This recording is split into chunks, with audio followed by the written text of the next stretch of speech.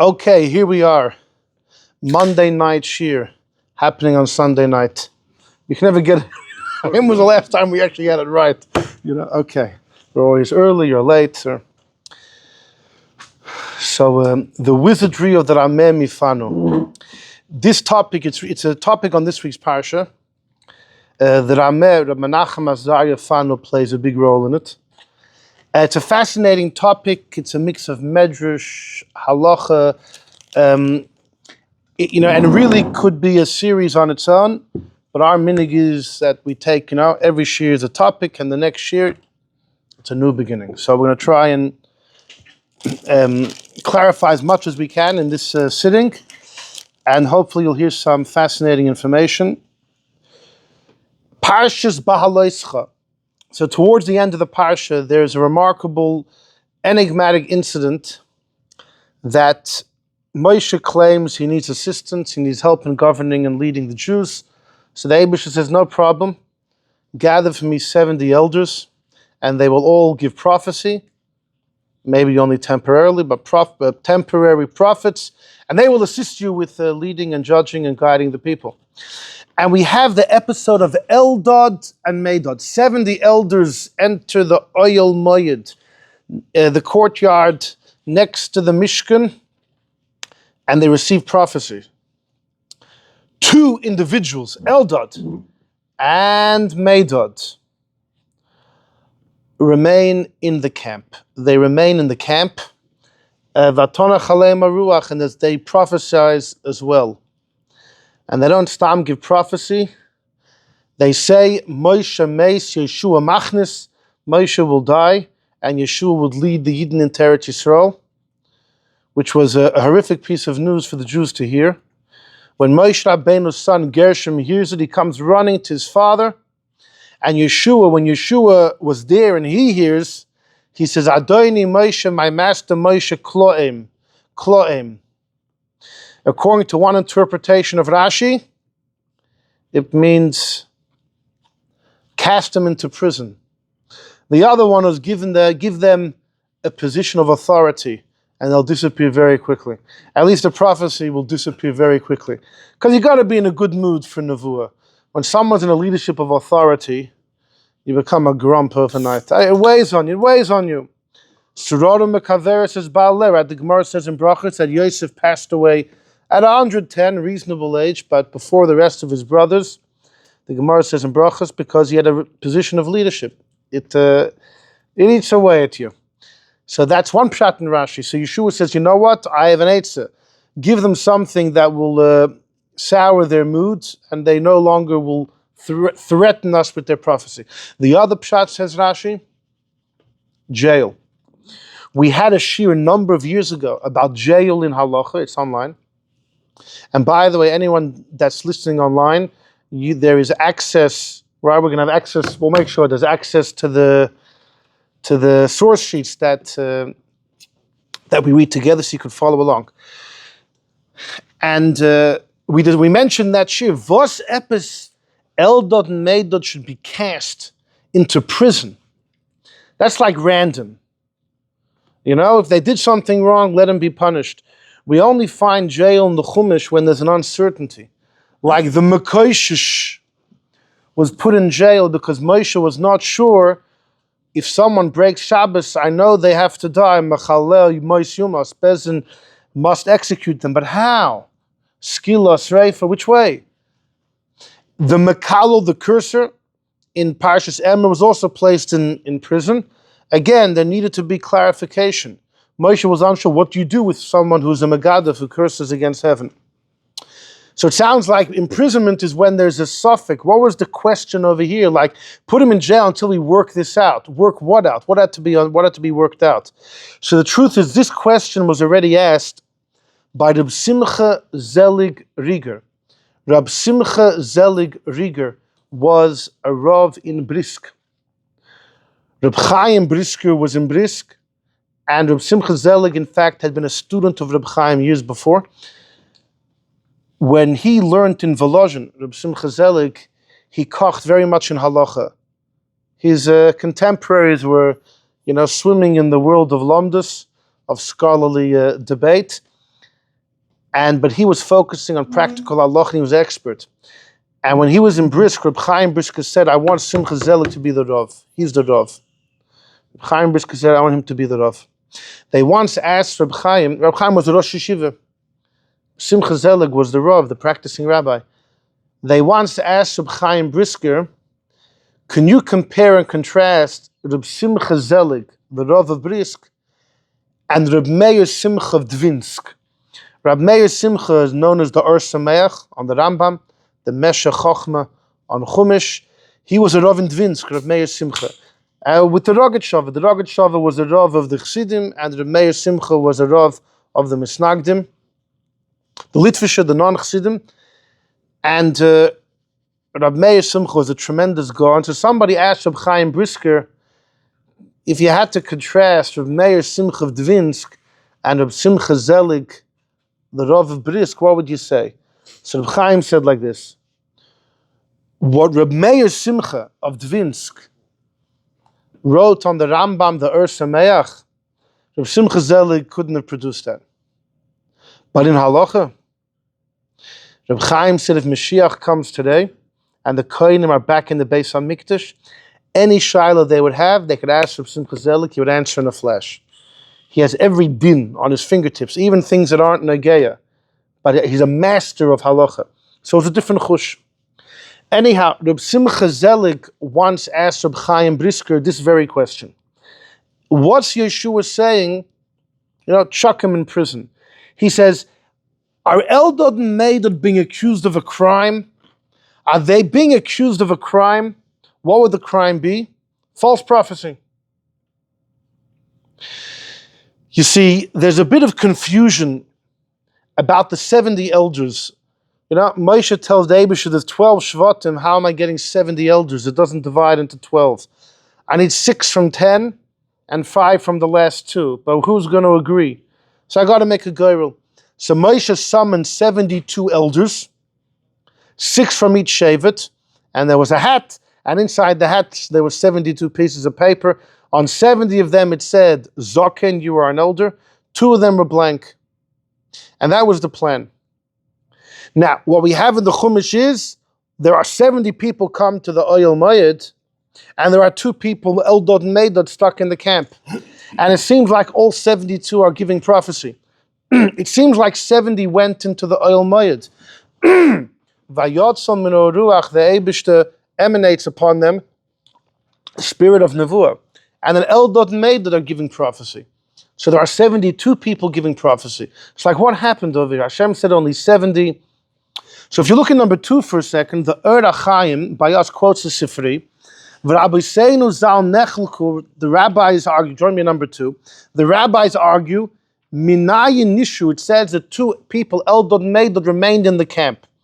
What do you mean they remained? Remained from what? You can only remain from something, right? You remain from something bigger. What was it? 2 opinions. Yesh Oimrim Nishu, they remained Meha'ayin Beis from the 72. Shebirur Moshe Yisrael. Moshe selected Shisha Mikol Shevet, 6 from each Shevet b'Shavi equal. V'Higrul, then he made lots. Lahoitzi Abeis HaYiseirim, to say adios to the 2 extra on the 70. Right? 2 of the 72 had to go home. Hashem told him only 70, so 2 of them would get the empty paper. V'Heim Habeis Shenishru. The Tana Kama says, the 2 that remained, in other words, they were not chosen. They got the empty paper. That's the simple understanding of the Tana Kama in the Sifri. The Eldad and Medad got the empty paper. That's how the Ur HaChaim understands that. Well, then we're going to talk about who they were. We're going to talk about that. Rab Shimon Amar no, ki mahashivim nishru. Rabbi Shimon says, no, these 2 were part of the 70. They were worthy to be the Zkenim. But why didn't Shaloiratzu Likonis? They didn't want to enter the Mishkan because they were out of humility, V'shiflus, and they remained in the camp. So the Ur HaChaim learns that there's a debate between the Tana Kama and Reb Shimon, where Eldad and Medad part of the 70. That's Reb Shimon. The Tana Kama says no, they were the extra 2. They were the extra 2. That's why Nebuch. The truth is, if you look in Gemara Sanhedrin Daf Yud Zayin, there's also a debate between Tana Kama and Reb Shimon. But it seems to be a little different.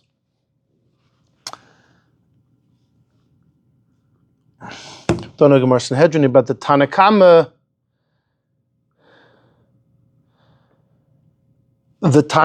says in the Gemara Sanhedrin that the Tanakama says that the way Rashi understands the Tanakama and the Yad Rameh, that they were part of the 70, and what happened was like this: they didn't come to the hat b'chlal.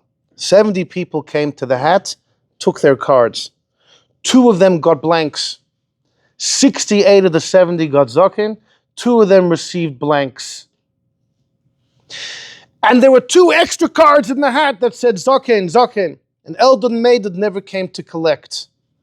Because, I guess out of humility. They were worried maybe that they would get the blank ones. They didn't come to collect, but they were actually chosen. They were chosen. And then the Gemara quotes Rabbi Shimon. And the Yad Rameh says, according to Rabbi Shimon, they were actually the blank ones. Opposite to the way it seems in the Sifri, the Rabbi Shimon holds they were part of the 70. So there's a bit of confusion even in what the Tanoim holds. Regardless, it's a debate to the Tanoim. Were Eldad and Medad, were they, if they were part of the 70, so then it makes sense. But if they were extra, and they were giving prophecy, and God get only, Hashem said only 70, it seems like they're false prophets.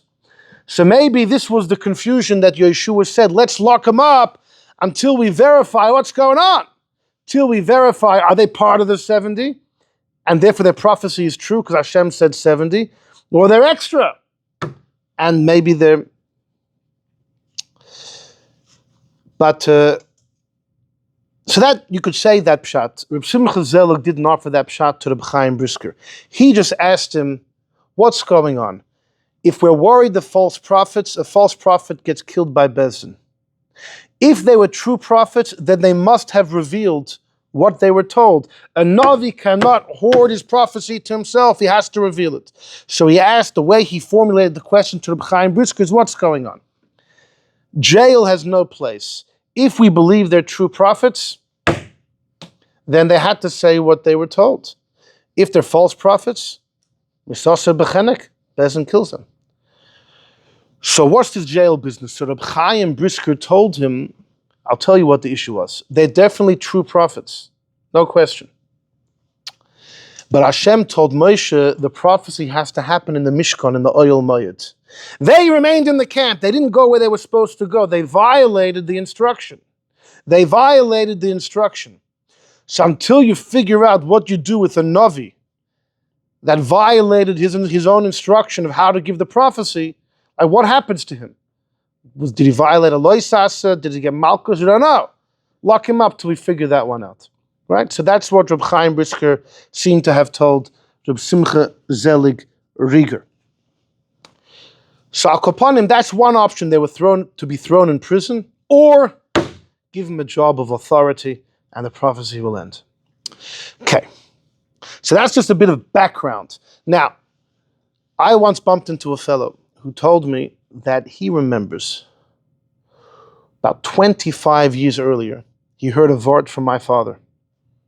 And it resonated so well, he remembers it 25 years later. So I thought, if it's such a meaningful tidbit, I got to share it with you. And it's a number 1 at the top. It's from a sefer called Chanukas HaTorah. Rav Heschel of Krakow. Rav Heschel of Krakow, Avraham Yoshua Heschel.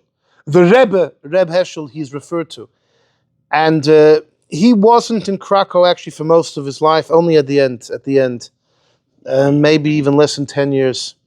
Passed away, I think it was 1663, I think, around there he passed away.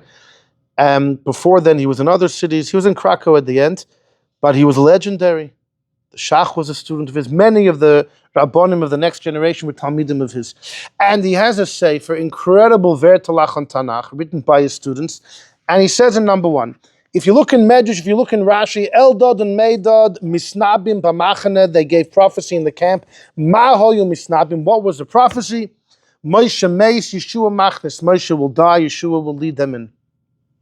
V'yesh Levar, he says, let me tell you something. Al derech remez, in a way of a hint. Gabe Moshe Ksiv, what does it say by Holy Moses in Parashat Shmos? Ki min amayim mishisiyu. Basya Bisya, who removes Moshe from the water, says Min Hamayim.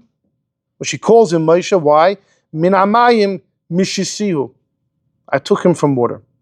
Now, Min Hamayim is extra letters. It could have just said Mimayim, from water. What's Min Hamayim? From the water. So in Chassidus, the water refers to a certain spiritual madrega. Hamayim, the water, is Chacham of Atzilus. But in Pshat, what's Min Ham? The Nun and the Hey are extra. So he says like this. Im hoye nichtav Mimayim, if we would just say from water, Mishisiyu, then the Rosh Tevis of Mimayim, Kesidron, would be Moshe Meis Yeshua Machnes. The Chumash didn't want to say Mimayim. That's Moshe Meis Yeshua Machnes. Can't have Mimayim, so Min Hamayim. Ach Ata, but now that there's a Nun and a Hey is Mafsik, Min Hamayim, so it's all good. But come Eldad and Medad, V'zeh Sha'amar, that's why it says Misnabim, Eldad and Medad gave prophecy B'machane. B'machane is two words. Mach, Nun Hey. Mach means to erase. Nun Hey are the letters Nun Hey. B'machane, they want to be Moiche the Nun Hey. Ratzalaymar, that they're Moichim the Nun Hey. And you go back from Min Hamayim to Mimayim, which is Rosh Tevis, Moshe Meis Yeshua Machnes. And now the Rosh Tevis are Moshe Meis Yeshua Machnes.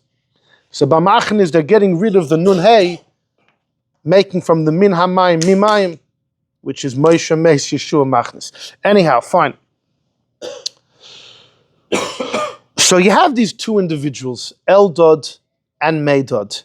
They're highly mysterious because we don't really have any information about them. There's a great story happened 170, 180 years ago around. Maybe a couple of years less. Rav Chaim Tzanzer, the great Rebbi, the Divrei Chaim, was traveling with a student of his, known as the Koil Aryeh, Rav Schwartz. Rav Koil Aryeh, who had been a student of the Chassam Sofer, and then he became a chassid of Rav Chaim Tzanzer. And they were traveling, and they come to an inn, and Rav Chaim Tzanzer walks into the inn, and he says he feels some holiness here. So his student, the Koil Aryeh, it's a sefer that he wrote, a response in halacha, the Koil Aryeh begins a conversation with the innkeeper. But he doesn't, maybe the guy's a hidden tzaddik, it's pretty clear that it's not. So he asks him, have you ever had any interaction with some tzaddikim?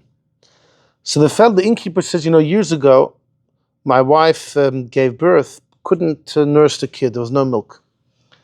So we went to the Yismach Moshe, the great Chassidic Rebbe, the Yismach Moshe. And he gave her a kameya, an amulet. She took the amulet and boom, the milk was just coming in. So the Koil Aryeh says, and where's the amulet? Oh, I don't know, it's somewhere in the basement or somewhere in the basement. Go get the amulet. They turn over the whole hotel, he finds the amulet. So the Koil Aryeh gets it and he runs to the Chaim Tzanzer. Chaim Tzanzer says, this is where it's coming from. And he opens up the amulet. And what did the Yismach Moshe write inside?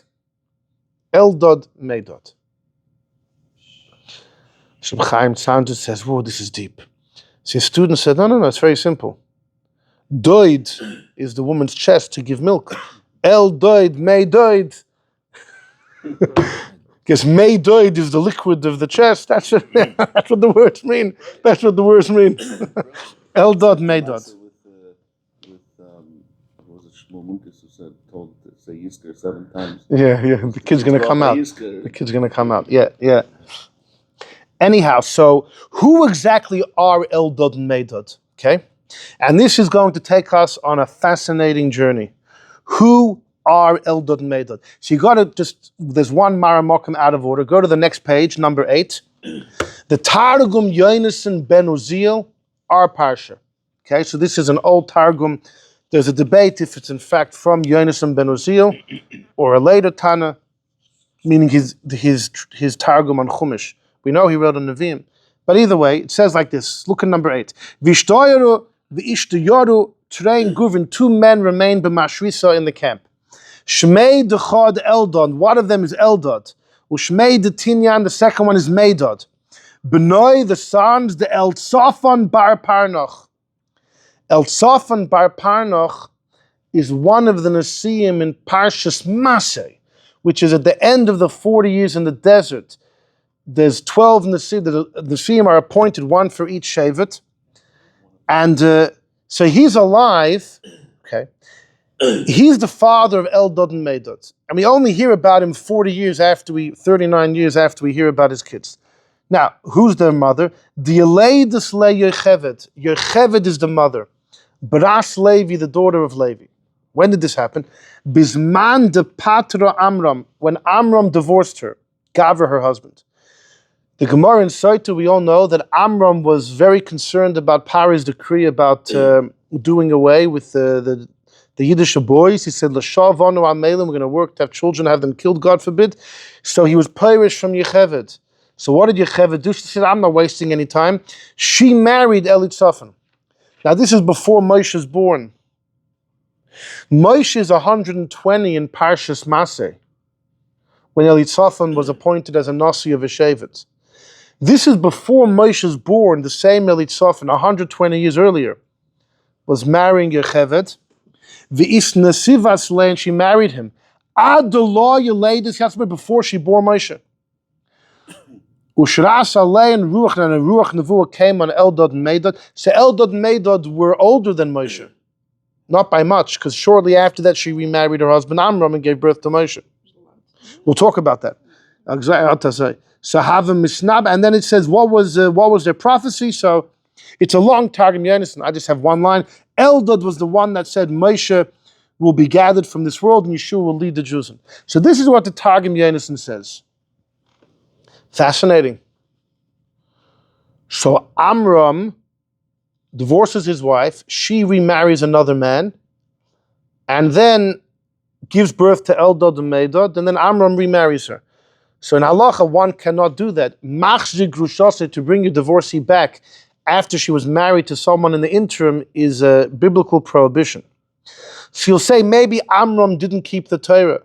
He married his aunt, he married his father's sister. Yocheved was the sister of his father Kahos.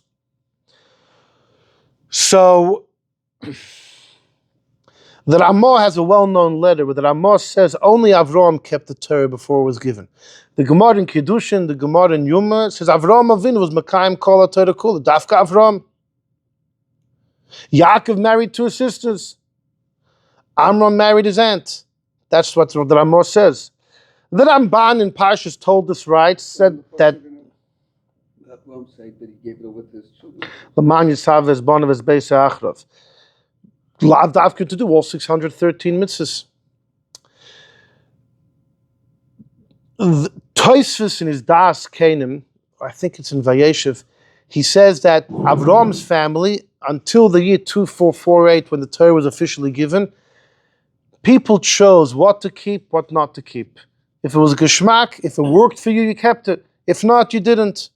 It didn't work for Yaakov to keep the two-sister thing, so he didn't. They chose. You can pick and choose, like many, like the conservative field today. Or even, you pick and choose what rubs you the right way, but you take what doesn't, you don't. That's what Tosfos writes in Das Kenim. The Ramban writes in Parshas told us the Ovis kept the Torah only in Israel. Yaakov married two sisters, was outside of Eretz Yisrael. Amram with his aunt outside Eretz Yisrael. Okay, so there's different perspectives. What about the fact that they're Geerus and then they're not related? Okay. That what? Shamarti, yeah, but then he was punished for not honoring his parents. How could he say Time Shamarti if he married two sisters? He learned about it, and when you learn about a mitzvah, it's as if you fulfilled it. So, The other brings it down that the Shabbat mitzvah is more chum with it than the Taryag. but how is he shomer? Yeah, how is he shomer that? It's a tough one. In other words, the Rebbe's pshat is that his personal obligation to them was, had carried more weight, but then he wasn't able to be shomer. That either way, many learned shamarti. How did he fulfill all Taryag mitzvahs, all the karbonos? He studied them, and if you study them, it's like you did it. So he studied. He learned, it's like he learned about not having, not marrying two sisters. The Rambam, right? The legend that the Rambam used to sign his letters by saying, I, Moshe ben Maimon, commit 3 Averis every day. Living in Egypt says 3 times in the Torah not to live in Mitzrayim. And there's a lot of discussion if that's authentic, etc. But Al Kapanim, so Ichveis, you're going to say, like the Amram didn't keep the Torah, like the Ramban, it was outside Israel. According to Taisus, they picked and chose and punked this he wanted to marry. I don't know. Yocheved was his destined wife. So, but to say the same answer that he was machzir grusha, so he didn't keep that inyan. However, Reb Mendele gave a very important tidbit of information which comes from the Marital. The Marital writes in Parshas Vayigash, he has a long piece in his Gur Ari on Rashi, a long piece. But at the beginning he says that, you know how Yaakov married 2 sisters? How Amram married his aunt? How Shimon married Dinah? Which is a big issue, because even for a guy you can't do that. It's not just, why wasn't he keeping Torah? Even as a Ben Noach, how could Shimon marry his sister Dinah? Rashi quotes in Vayigash from the Medrash Rabbah. Shimon had a son, Shaul ben Aknainis. Who's the Knainis? Shimon's wife Dinah was nicknamed Knainis because she was raped by Shechem. It was Canaan. And Shimon married her because she didn't want to leave. She said, how am I going to find a shidduch after I've been violated? Shimon says, I'll marry her. So she came. She's his full sister. Same mother and same father. Even a guy, how could a guy marry his sister? So there are those that say that they were only brother and sister from the same father, not the same mother. Based on the Medrashim, the Targum Yonason, that who conceived Dinah? Dinah had been conceived by Rachel, and Leah had conceived Yosef, and then the kids switched wombs. And when it comes to surrogate motherhood, Rabbi had a share on this years ago, when it comes to surrogate motherhood, if the true mother is not the one that carries the baby, but the donor, the one that supplied the egg, so then Dinah would have been Rachel's daughter. So then she and Shimon only share the same father. Rambam Paskins, a guy is allowed to marry his half-sister from his father. So there is a way out if you take that. But the Marital says, no, the answer to all this is what Mendele said. From the times of Avram until 244, when we're given the Torah, anyone from that family that chose to keep Torah came a ger. So they were no longer married, they were no longer related to their siblings. As we're going to learn, when somebody's Megaya, they become a newborn. And we'll talk more about that soon. But if they become a newborn, so that's why Leah and Rachel basically converted. When they married Yaakov, they were joining the religion. So anyone before the Torah was given that took upon themselves voluntarily to keep the mitzvahs, they created for themselves a new status. They're a newborn. And the Chizkuni says this already hundreds of years before the Maharal. This is beyond Sheva mitzvahs. This is all Taryag mitzvahs. Yeah, but Sheva mitzvahs go first. Doesn't stay with the Sheva mitzvahs? No. You become a ger. They're not related anymore. They're not related anymore. But the Sheva mitzvahs they have to keep. No, but they're not related. They're keeping the 7 mitzvahs. They're not related. It's not my sister. It's not Matan Torah yet. No, that's the word. Who said Geirus began by Matan Torah? The Chizkuni says it didn't. No.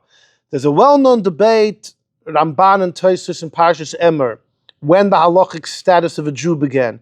Taisus holds it only began by 2448. Before then, there was no halachic status of the Jew. The Ramban in Parshas Emer, by the story of the Michal, says no. The halachic status of a Jew began by the bris, when Avram had a bris. From then on, Yidden were different than Goyim. By Goyim, the father, you go after the father to clarify the person's identity, what nation they're from. And by the Yidden, it went by the mother. From the days of Avram's bris till the Torah, there was already Jewish identity. The Ramban. So therefore, to say that you could convert, it's not. The Ramban doesn't say that, but the Chizkuni says that Leah and Rachel converted. The Ramban says it was a Jewish identity, so let's just take it a step further. It's not much further. If there's a Jewish identity, so then, you could become a Jew. You could join the party. And then you become a newborn. So he says, so the Marital, back to the Marital in Vayigash, he says so too by Shimon and Dinah. Each person in the What? That says clearly you have to keep Sheva mitzvahs. There's nothing to do with our discussion of becoming a Kotan Shanoila, that you're not related anymore. You're not related anymore. And the Rebbe to that Sikh is talking about in Pshat, not in Halachik. He's talking about Pshat and Pshuta Shal Mikra. He's not going with the Chizkuni. It's a different explanation. He's going with Rashi. Yeah, Rashi doesn't learn that they were Megayer. Fine. Even though Rashi uses the expression in Lech Lecha, Avram was Megayer the men, Sarah Megayer. But Pashtus in Rashi, there was no Geyer Staka. That's in Pshat.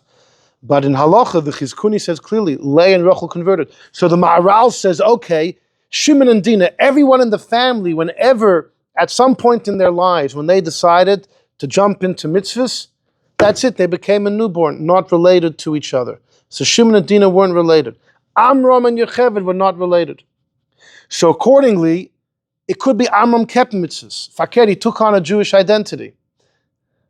That is, according to Ramban and Emor, he had the Jewish identity from birth. The Maral is a bit different, that everyone at some point in time, right, it's not all the exact same thing.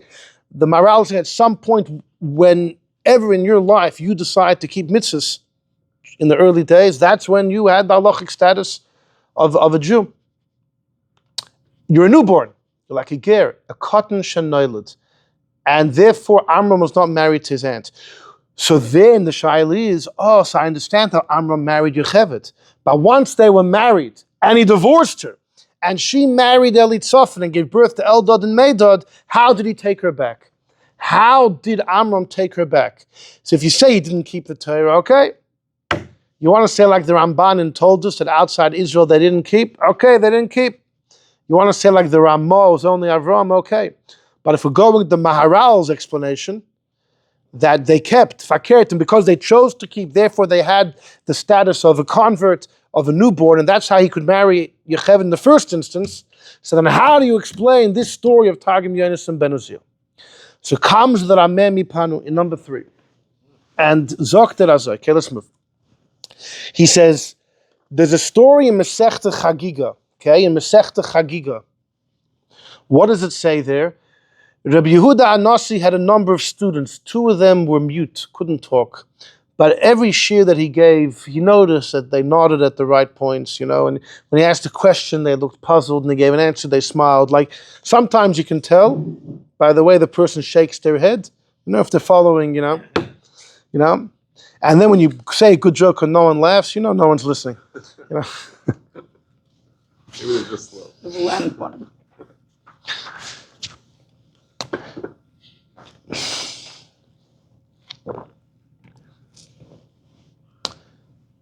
Rebbi davened for them. They were healed, and they opened their mouths, and they spoke, and they knew the entire Torah off by heart. Says the Rameh M'panu. Rabbi Yankov Emden says that Rameh M'panu is the king HaMelech B'Chochmas HaKabbalah.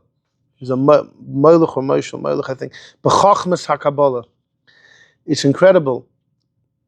Even the Rameh M'panu's contemporaries, the Shalah, who was his generation, a couple years younger, but his generation, the Shalah writes that you should koch in the Sfarim of the Rameh M'panu. The particular sefer was called Yoinas Ilem, and the Shalah says that Ruba de Ruba, almost everything there is emes, v'saydasay emes. It could be kulay. And even if there might be one thing here and there that you may not accept, it's bottle to the rest, which is holy and pure. And this is a contemporary. The Shalah, there's a contemporary writing this. Generations later, Rabbi Yaakov Emden, Rabbi Yonis and Eibeshitz, the way they quote that Rameh M'panu with such reverence. Whenever they quote him, there's titles and descriptions of how holy and pure and how wondrous the man was.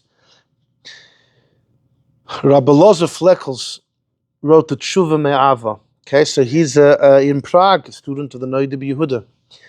And he was not a friend of the Chassidim.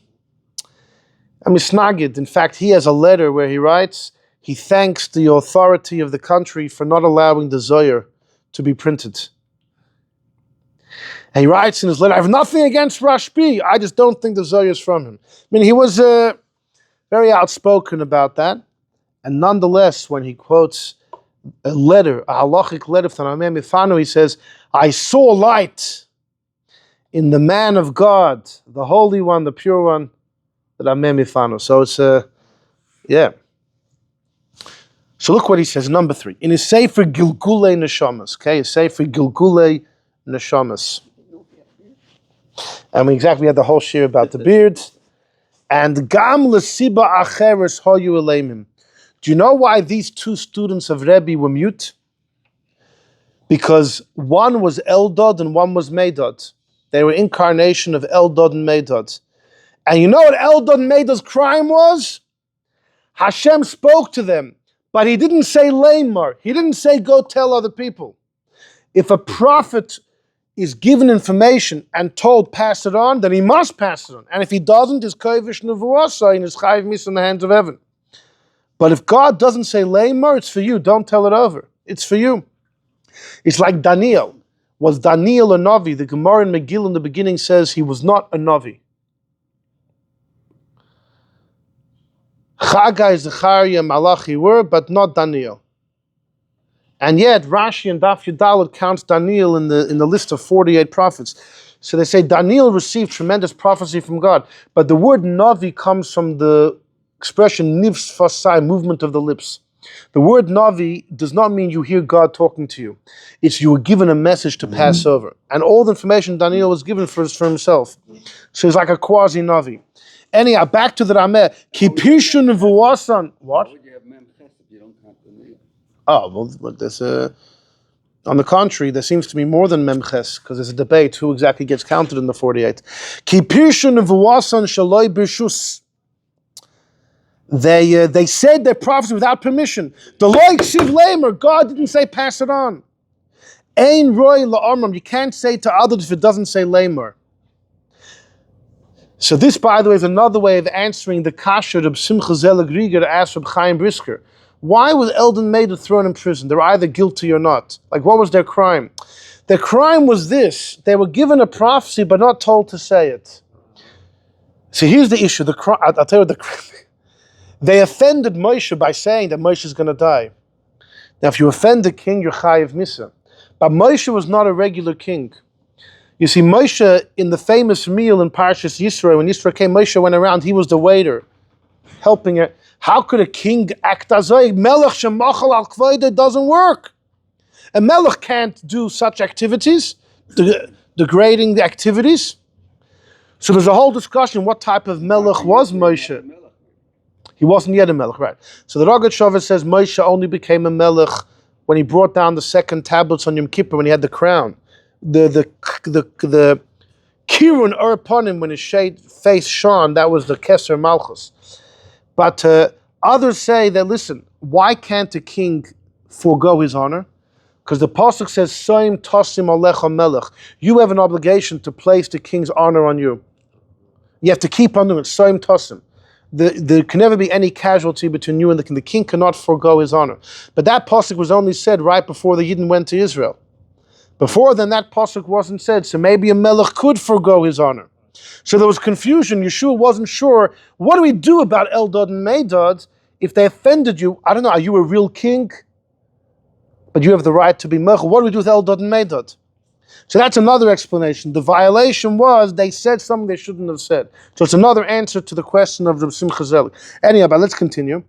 He says, the Eibush to show them their prophecy. Misnabim is a Rosh Tevis. Moshe tanuach nafsha, his nefesh will rest in the garden of God, Yeshua Machnes. And they should have hid the Nevuah until they were told to reveal. And that's why Yeshua said, Adam Kloim, put them in jail, or Kipirsimu Nevuasan, because they publicize it. To skip a couple words, go Mishagolu. Once they revealed what they weren't allowed, that's why Eldad and Medad returned and they were mute. The next time around, they were not given the ability to speak. If not for the tefillah of Rebbi, they were healed. And then the Spirit of God rested upon them again like it did the first time round. And they were tremendous scholars, etc.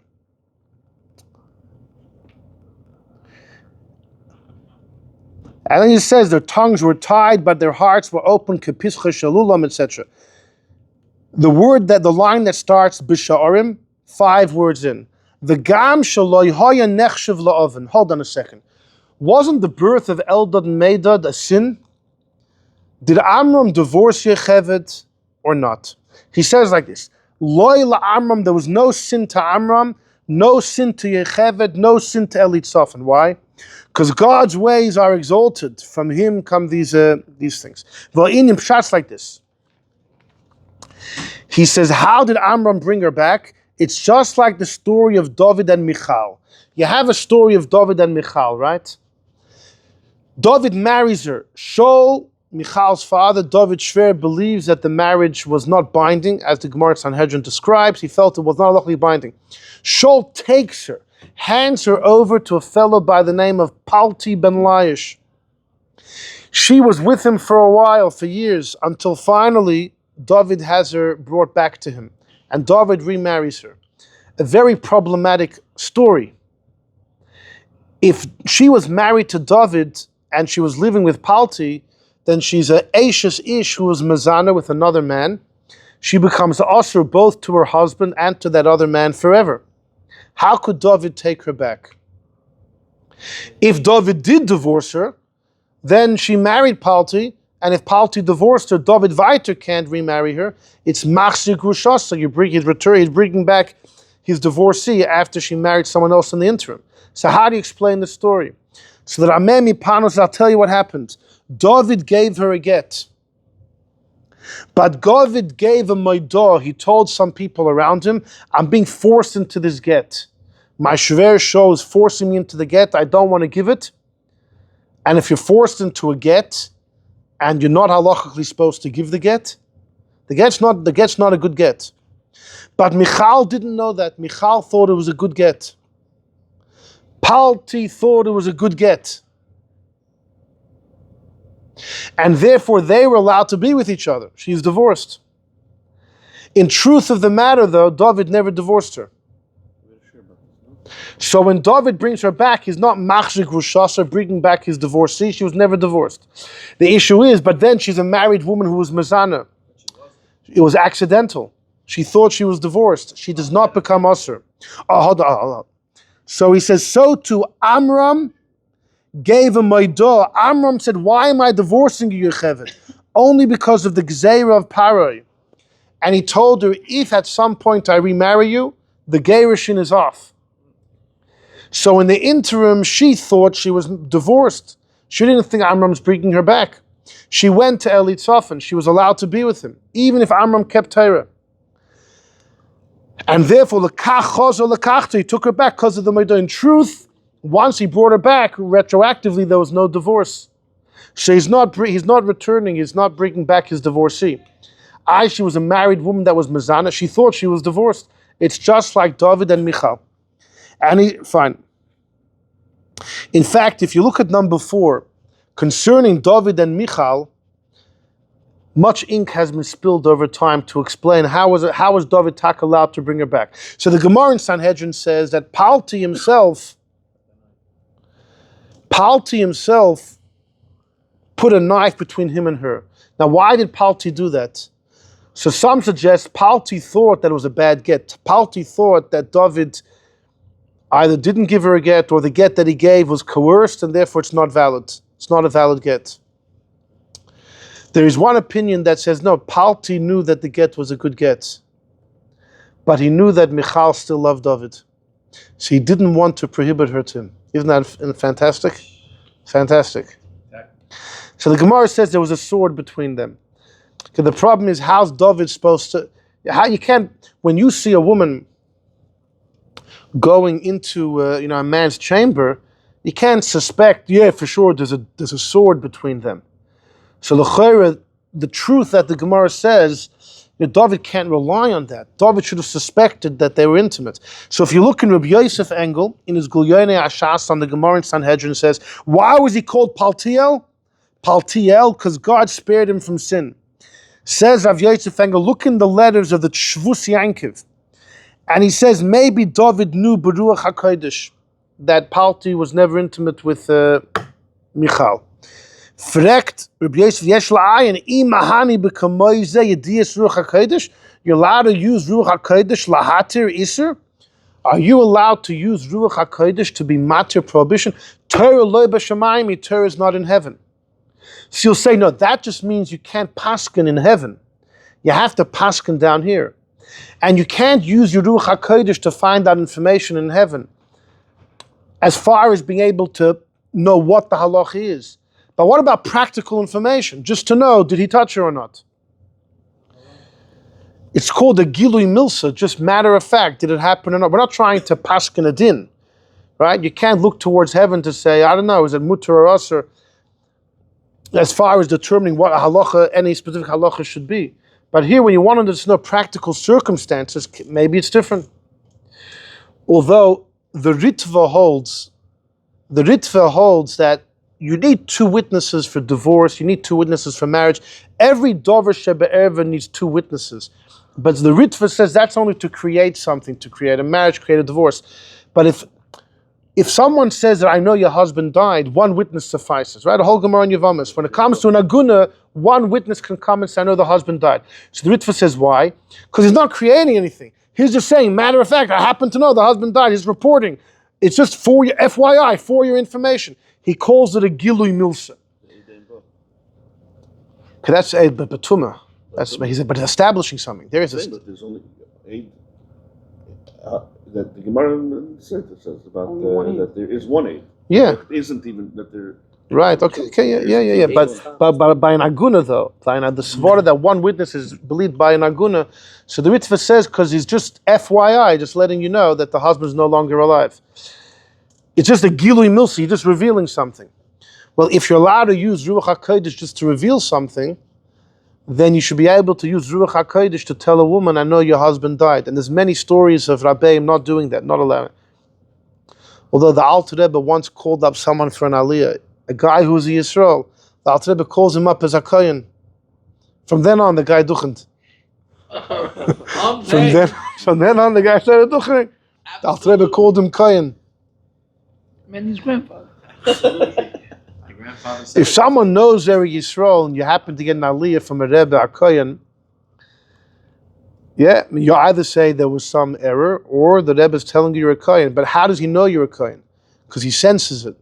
Can he paskin, or I'm not passing you're a kohen, I'm just letting you know, it's just I can tell. So then you could use a kohen gene as well, like if the kohen gene is accurate. In other words, if when it comes to for your information, you could use other avenues, so then... Anyhow, the point is Rabbi Yosef Engel says, I'm not so sure you could ever use Ruach HaKodesh, even for FYI, even just to let you, and therefore over here as well, Dovid could not use his Ruach HaKodesh to ascertain that his wife Michal didn't touch Palti. So Rabbi Yosef Engel says, I'll tell you what I think, I think a better pshat. She told him, Michal told Dovid that Palti didn't touch me. Now why do you touch her? Min adin, he could believe her, because he didn't warn her. She's not a soita because she was never warned. She only had yichud, seclusion. The ein oisen ala yichud, you do not. The Gemara says, ula paskins, if a woman goes in privacy with a man, seclusion. So I don't know, they were playing chess, they're playing ichves, they're playing backgammon. You don't answer her to her husband, just on yichud.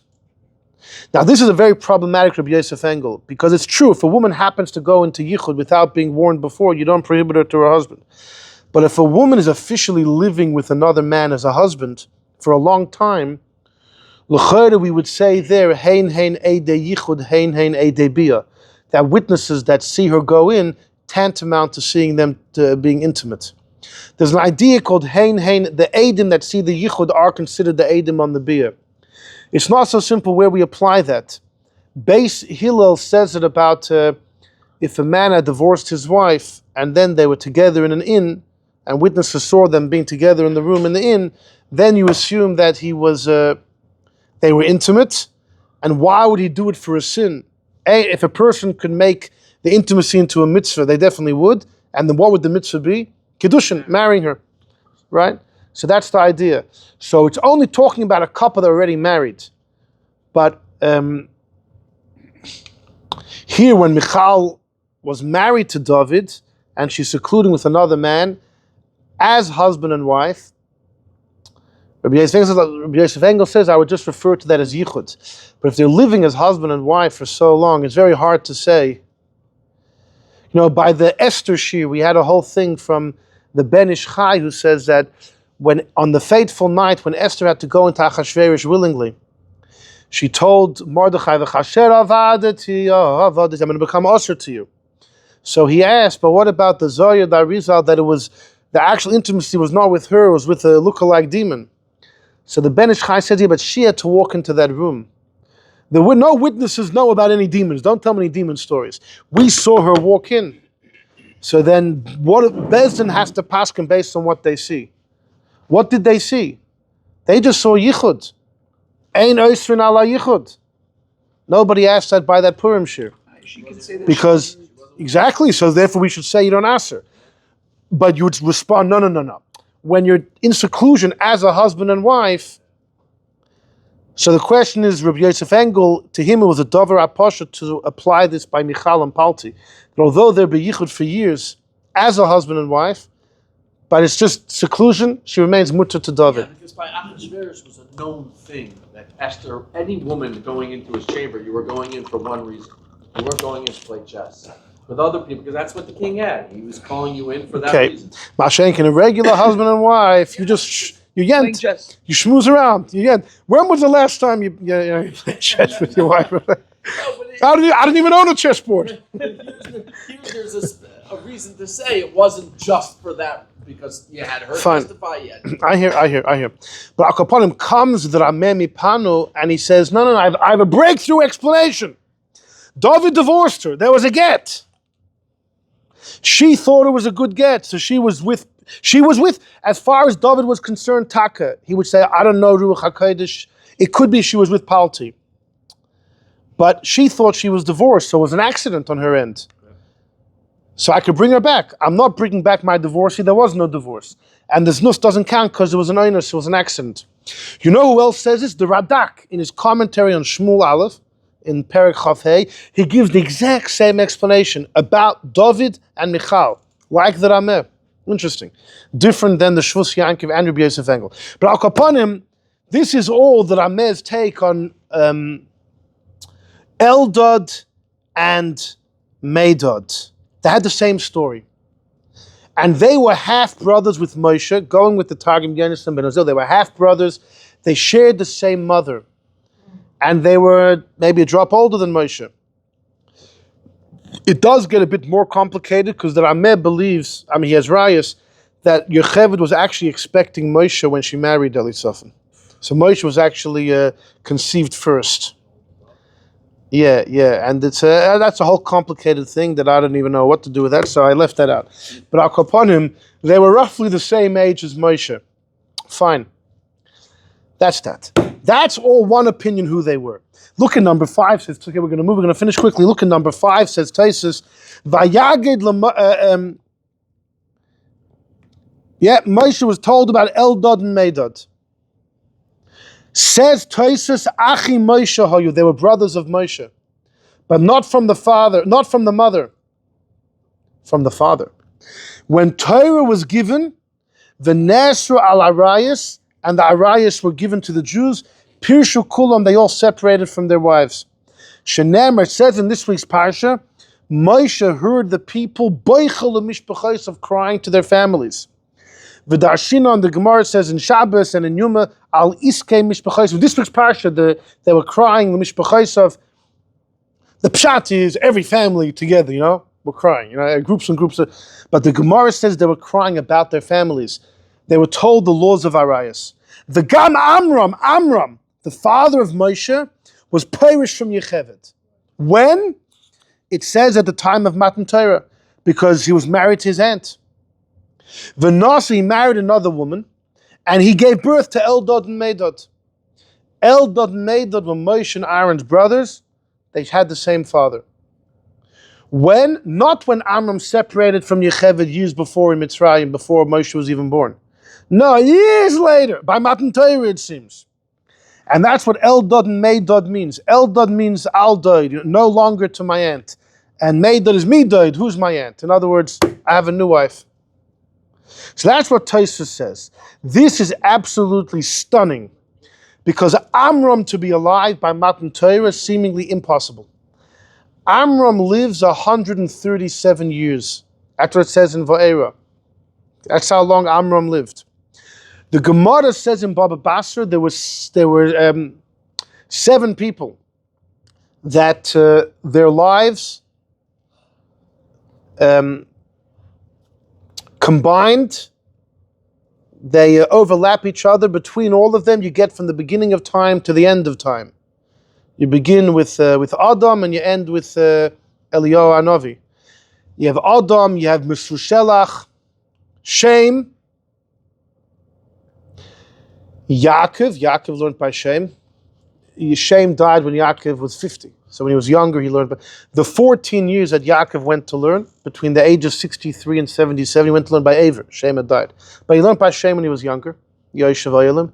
And then the Gemara says, the Brisa says, that Yaakov saw Amram, or Amram saw Yaakov.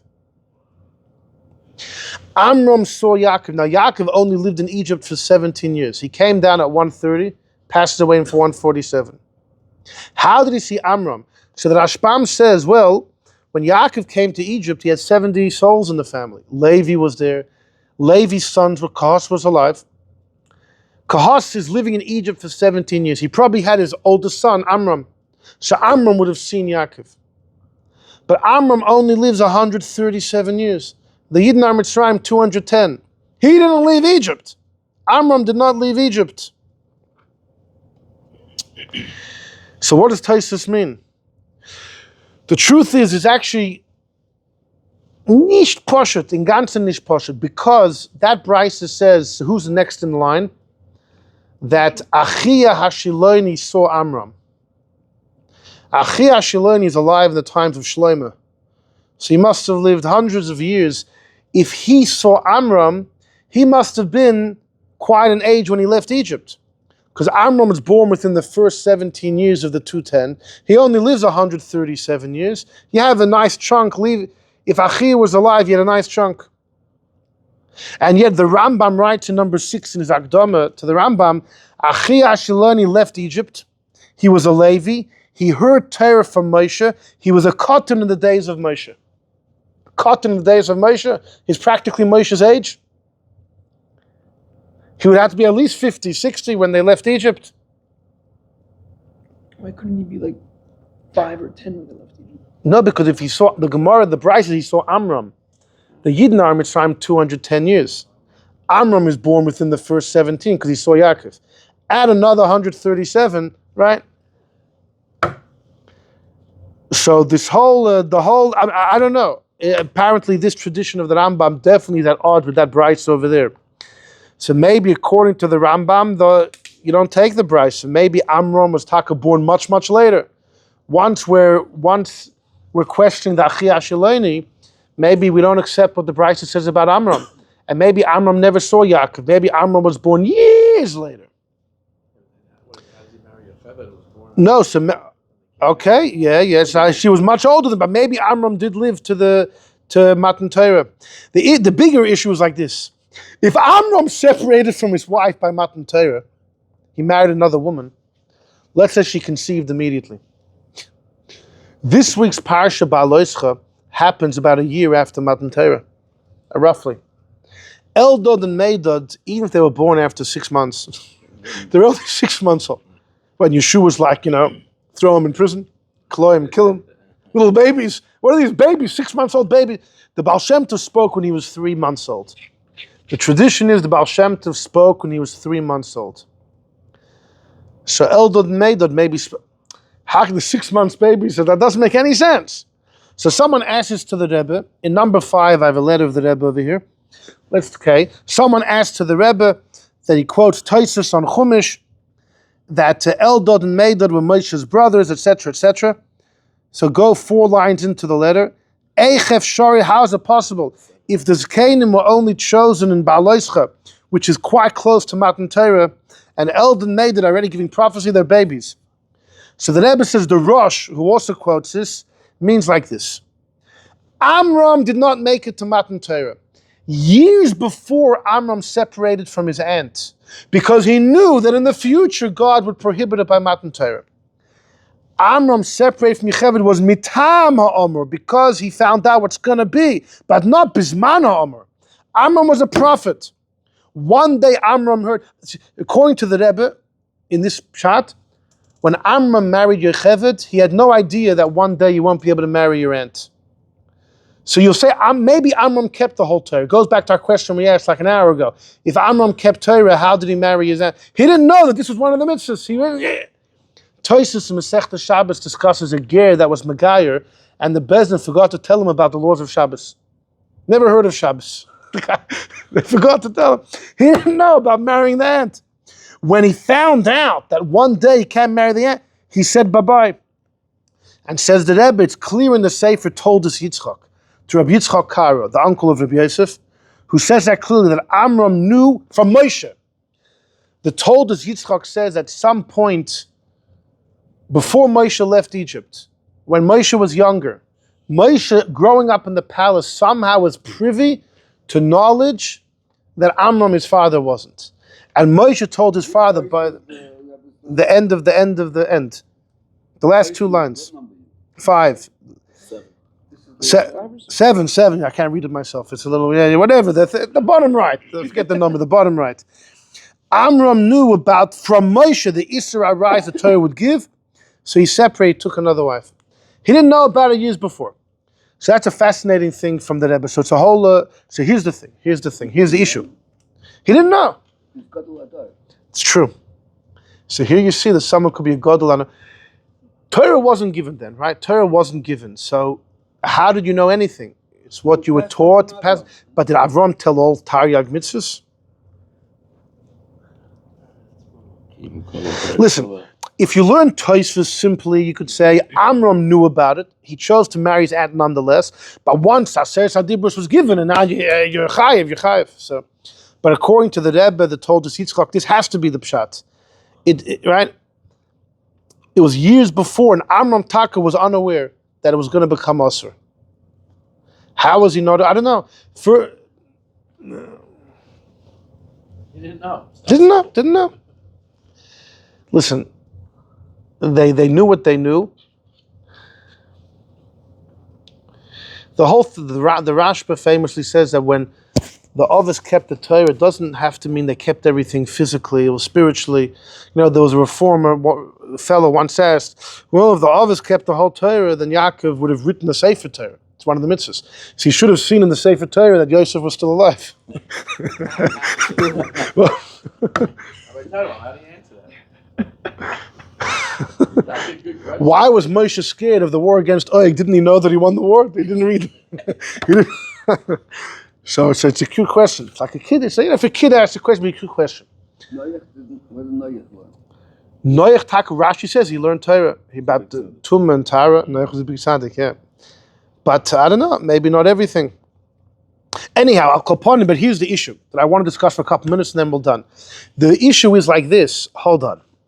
According to this tradition in Tosfos and the Rosh, and that the Rebbe is discussing, that Eldad and Medad were brothers of Moshe. They shared the same father. Why? Because Amram separated from his wife when he found out that the Eibush is going to aser it one day. And Tosfos backs it up from what it says in this week's parsha that Moshe heard all the people were crying to their families.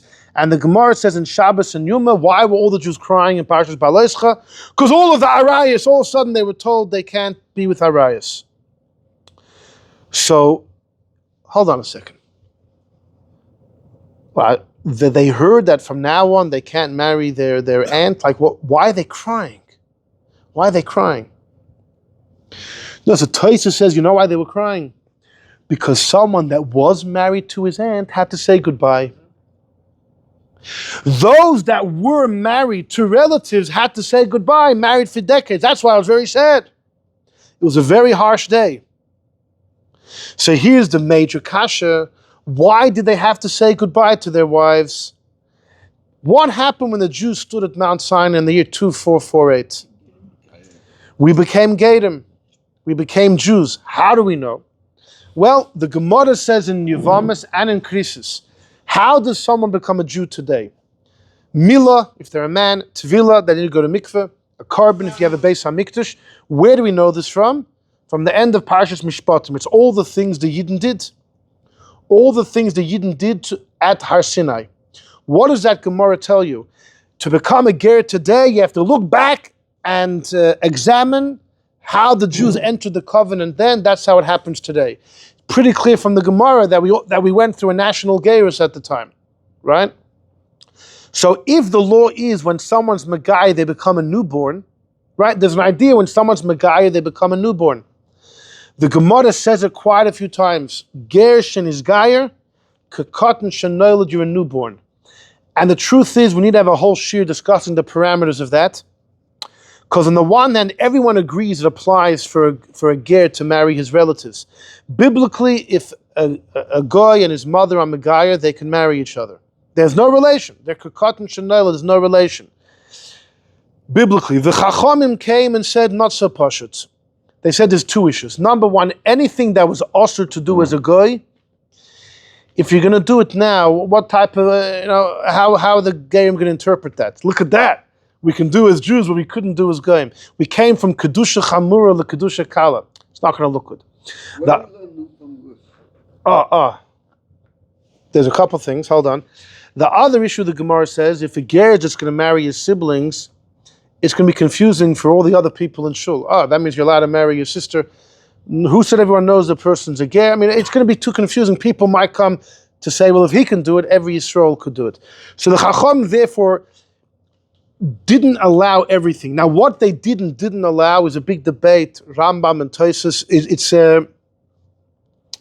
The Rambam is pretty lenient. The Rambam holds that pretty much if you could do it as a goy is allowed to marry his father's sister, according to the Rambam. According to the Rambam, if Jack is Megaya with his father's sister Jill, they're allowed to marry each other because they're not related now, and they were allowed to do it as a goy, so you don't have the issue of what? No, the Rambam holds it's mutter. Mutter, she's Megaya, mutter. Yeah, mutter. The Chacham did not answer everything. No, they were very particular. There was a plan that they had. It was very precise. They did with a toothpick, and there's debates in the Rishonim. Fine, but al kaponim, the essence of the idea that biblically you could marry the relatives, everyone agrees to that. That's biblically okay. If a goy curses or hits his father after he and his father were Megayer, the laws of the Torah don't apply. That the kid suffers. Gets killed by Bezdin. Michal lalav if ma don't apply. If a goy and his father are Megayer, there's no Yerusha biblically. Meaning all that's Reb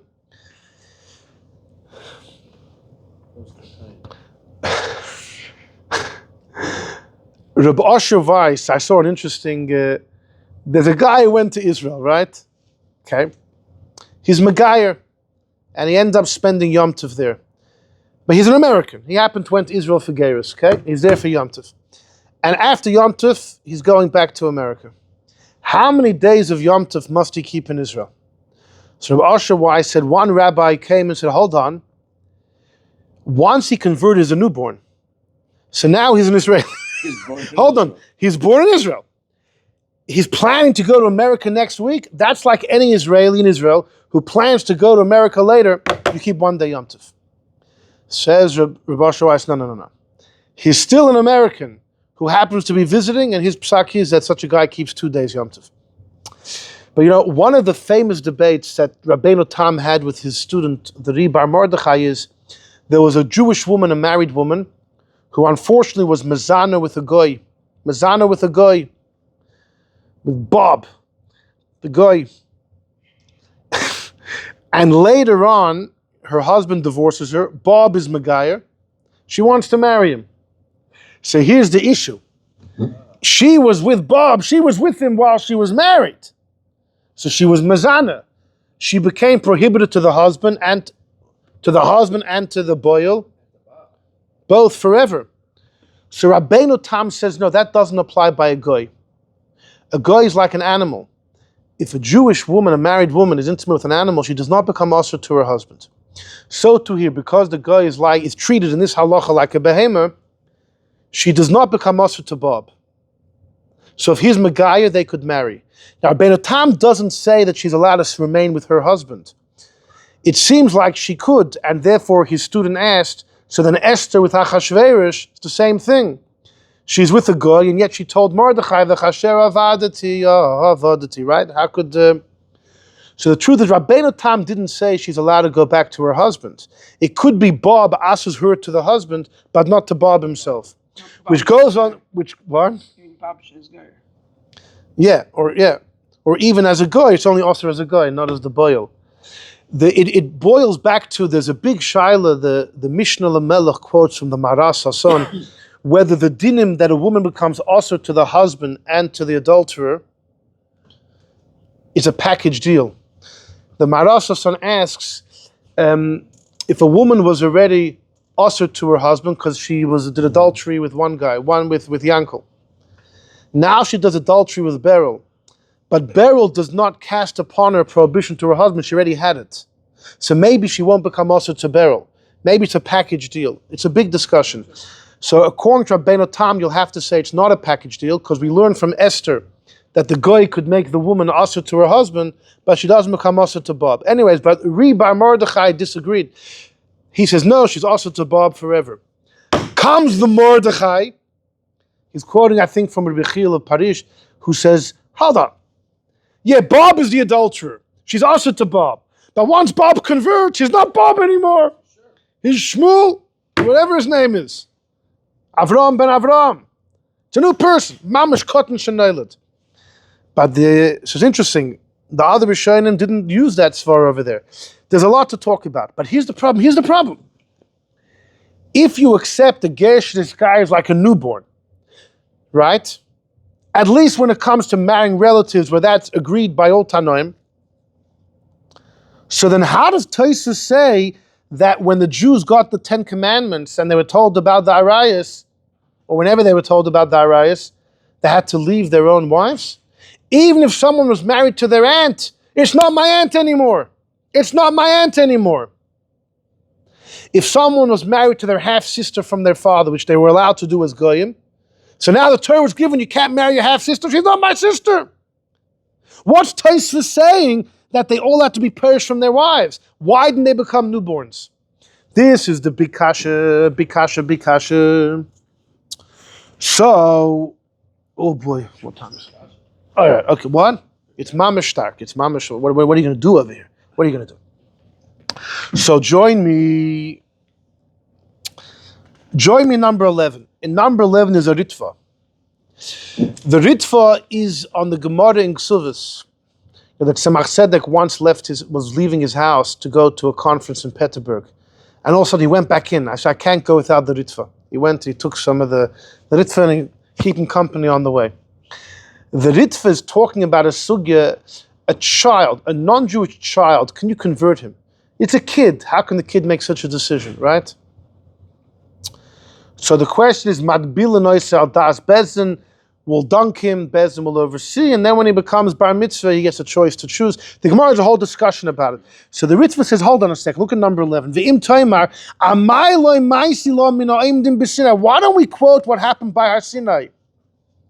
There were many kids there, and they all entered Kanfei HaShechina. They went to mikveh, they had bris milah. Like, why don't we look back and say, well, thousands, tens of thousands of kids became Yidden at Har Sinai. So apparently you can convert as a child. Says the Ritva V'yesh Loimar, over there, since they were converting with their fathers, the nichalu, and they're happy with what their fathers are doing, is different. The Gemara is talking about when you just want to convert a kid. When the whole family is doing it, might be different. But Vesur, here's the clincher. You think at the foot of Har Sinai in 2448 we became Jews?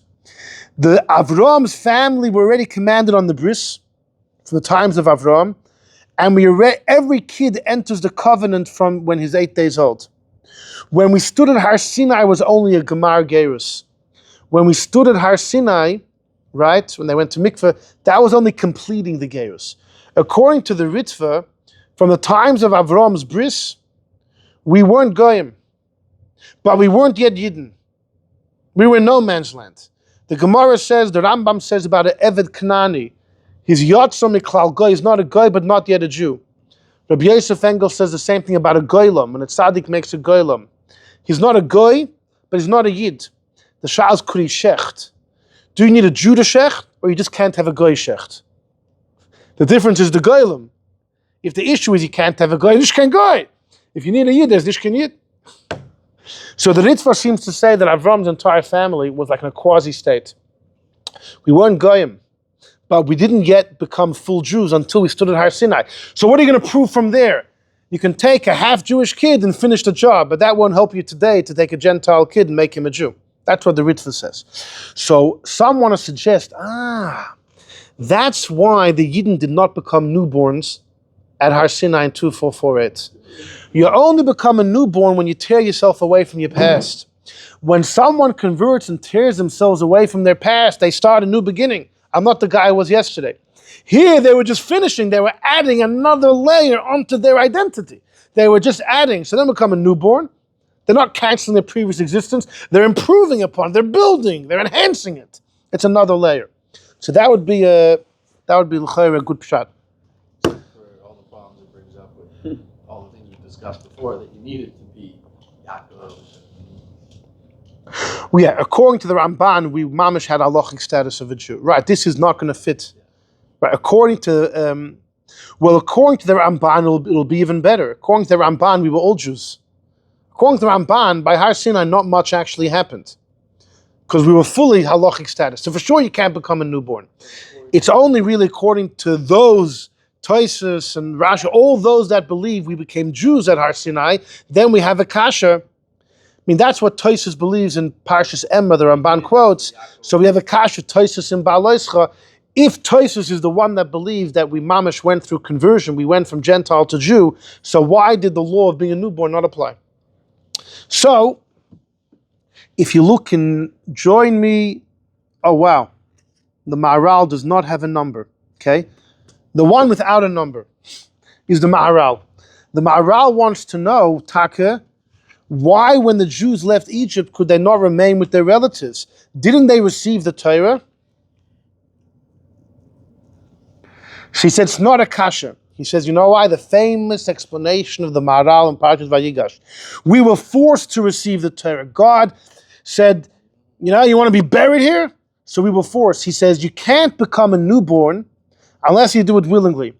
If you're misgayer ma'atzmai, like a guy chooses to become a Jew, since you didn't have to become a Jew, and you do it yourself, you're ripping yourself away from your past. You're beri acheres lagamri. But when the Yidden left Egypt, they were forced into it. They were muchrachim lazeh. So they didn't cancel their past. They were just forced into it. They were coerced. God, you want to die? No, we don't want to die. Good. Okay, you're Jewish now. So then you become Jewish. Forced conversion makes you a Jew, not a newborn. Not a newborn. That's the Maharal's famous theory. Since we were forced into it, we did not become newborns. Did that happen by Megillah?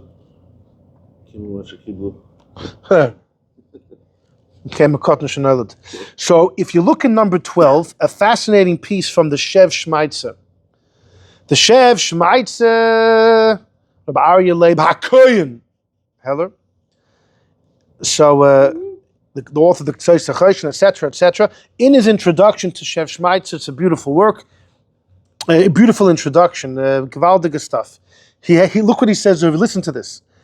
In Masechta Yevamis Daf Samach Beis, there's look at number 12. There's a debate between Rabbi Yochanan and Reish Lakish about a guy who had kids, and then the guy was Megayer. John has a number of children as Goyim, and then the father, John, is Megayer. Now it's Yochanan, right? That's where John comes from, it's Yochanan. Rabbi Yochanan Savar, he was Mekayim Pruruvu. He already did the mitzvah. Because Yesh Leibonim, he has kids. Rabbi Yochanan says he has kids. Now, do those kids need to convert for it to work? That's the Rambam's take. The Rambam holds the kids must convert, and then it works. The Vilna Gaon, and before him the Marital, and others believe, no, the kids can remain Goyim. You fulfill the mitzvah. If a Jew would have kids with a shiksa, it wouldn't work, because those kids are not related to you. But if a goy had kids with his wife, so those were, Torah recognized them as his Gentile kids, and then he converts, he fulfills the mitzvah. Reish Lakish says, no, it doesn't work. Why? Because once John is Megayer, he's a newborn. He's not related, they're not your kids. And you have to fulfill Pru Revu. Now, there's a big discussion. This isn't his question, but Rabbi Yochanan agrees to the general idea you become a newborn. But he doesn't apply it here. Only Reish Lakish does. Why? So that needs a discussion on its own. But the Shev Shmait says, I have a great kasha. Listen to this question. V'lechayr Tikshi, I have a question. There's a well-known debate of Beis Shammai, Beis Hillel. How many kids do you have to fulfill the mitzvah of procreation? Beis Shammai says 2 sons, because he learns from Moshe. Moshe had Gershom and Eliezer, and he told his wife, adios. Right? He divorces Tzipora in Shmos, and then she comes back, but then he separates from her before they have a girl. Beis Hillel says you follow when God created the world. God created Adam and Chava, you need a boy and a girl. The reason of Beis Shammai, you learn from Moshe, he had 2 sons and he separated. Beis Hillel learned from creation of the world, the boy and a girl, fine. So Varmino, the Gemara asks, how come Beis Hillel doesn't learn from Moshe, who had 2 sons? Beis Hillel says, come on, Moshe is different. The Eibishter gave Moshe the okay for that. You can't learn halacha. Moshe is different. But Frek the Shev Shmait's a wonderful question. The Imken, according to Beis Shammai, who learns from Moshe, right, that 2 sons is enough. When did Moshe have the 2 sons? Before the Torah was given. According to Reish Lakish, what happened when we got the Torah? We all became Jewish. Moshe lost his kids. What? How do you fit Reish Lakish Beis Shammai? It's a good question, huh? According to Beis Shammai, learns from Moshe, I got it that he had 2 sons, but that works until. But B'shas Matan Torah, we became Gerim. If you become a Ger, you're a newborn. According to Reish Lakish, you have to have new kids. It must be the Marital of Prague is right. When we stood at Har Sinai, we became Jews, but we did not become newborns. Reish Lakish's din doesn't apply. Reish Lakish is talking about today. When a guy becomes a Yid, he becomes a newborn, so he needs to have new children. He says, Reish Lakish, right, should have to have new kids. Ella, according to what the Guraria says, it works. Since we were forced into it, we did not become newborns, and therefore Reish Lakish says, I'm fine with Moshe. He's still related to his 2 boys. What do you see from the Shev Shmaitza? He learns even holy Moses did not become a newborn. He's related to his sons. However, it's not so pashut. There was a great Rebbe, the Ostrovtse, Reb Meir Yechiel Ostrovtse, from Ostrovtse. He was a great Rebbe and a very original thinker. He had a famous word. Why is Rabbeinu Gershom called Ma'er HaGoyla, the light of the diaspora? Rabbeinu Gershom says you can't marry more than 1 wife, right? So you say, okay, no problem, then I'll just divorce my first and get another. You can't divorce a wife against her will. He made a number of charomim, these were 2 of them. You can't marry more than 1 wife. You can't divorce a wife against her will. And there's a whole discussion which one came first and which one came second, fine. The Eibishter is married to the Yidden. Imagine if God gets sick of his spouse. He says, you know what? I'm choosing another nation. Can't. Rabbeinu Gershom said, you can't have another wife. So God says, all right, I'll just get rid of you then. Can't. You can't divorce your wife against her will. So throughout Golus, what keeps us as the Am HaNivcher, the Eibush stuck with us, was Rabbeinu Gershom's Psak. The Rebbe quoted this by Fabrengen. It's from the Ostrovtse. The Ostrovtse has great stuff, but he says like this, hold on. Moshe Rabbeinu was on top of the mountain. He wasn't underneath, perhaps. So Moshe wasn't forced. So Moshe actually became a newborn. That's one of the reasons we eat milchiks on Shavuos.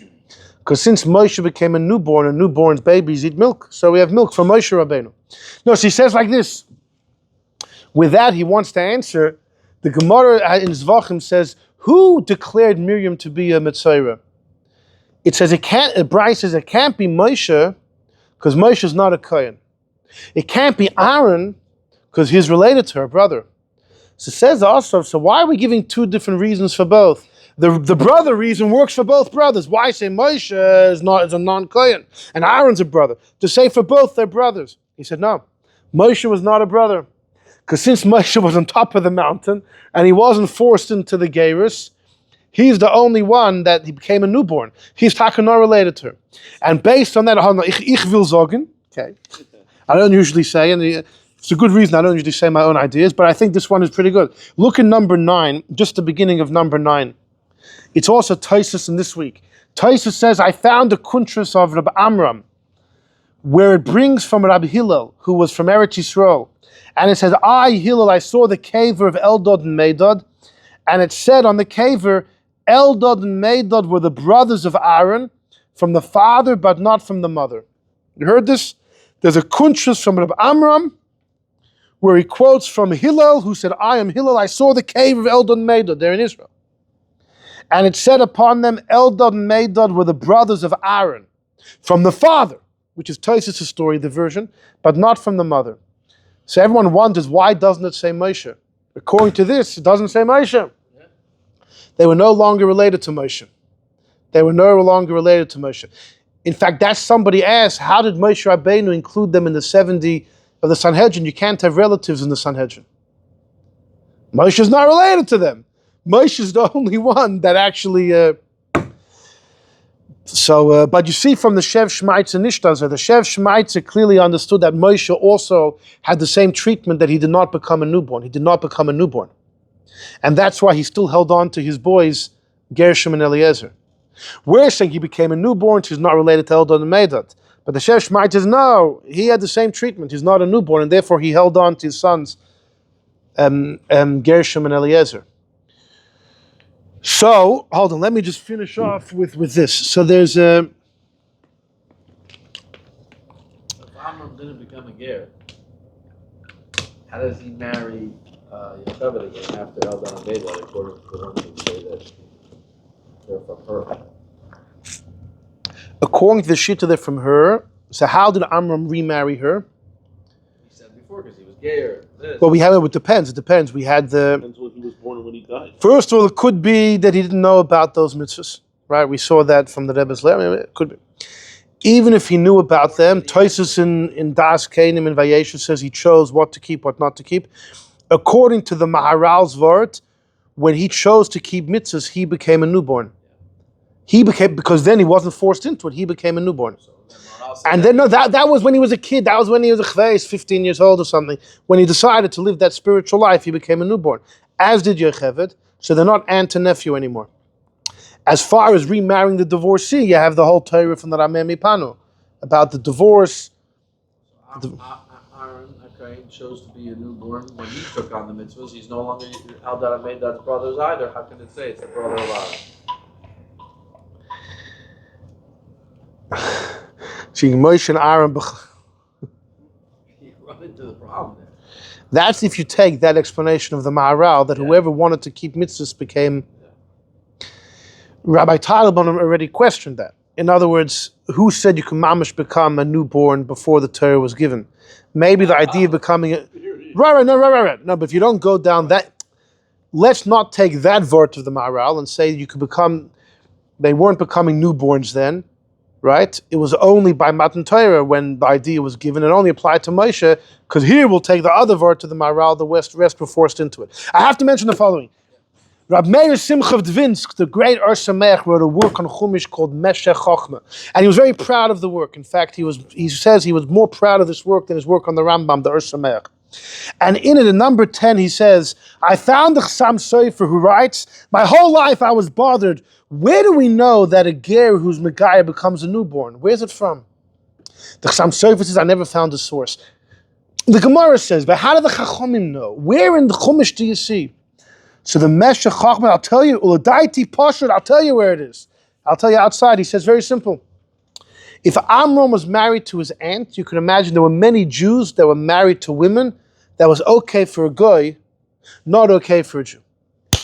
Right before God gave the Torah, he said, for the next 3 days, abstain from your wives. What happened after the Torah was given? In Parshas Veschanan, Hashem says, Shuvu lochem lo elechem, everyone go back to their tents.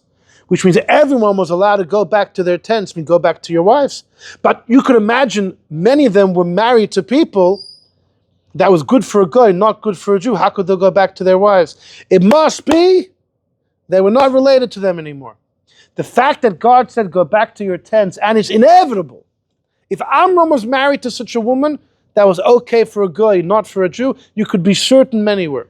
And God said everyone can go back to their wives. That's where we know it from. Which means according to the Meshech Chochmah, the Ur Sameach,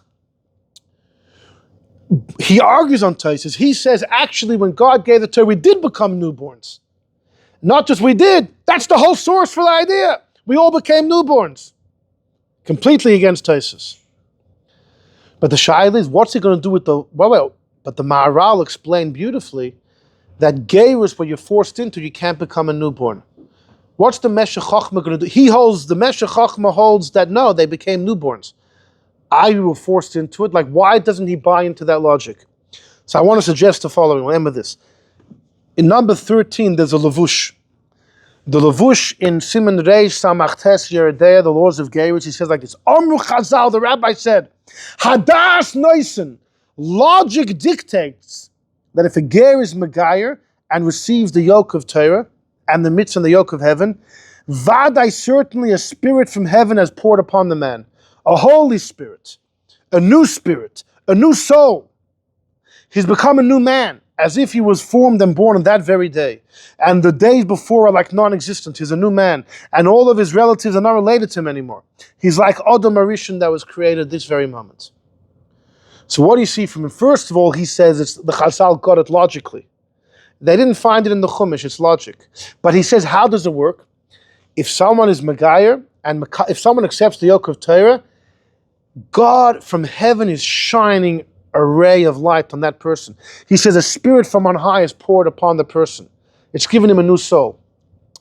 The Marital was understanding that in order to become a newborn, Geirus has to come from you, right?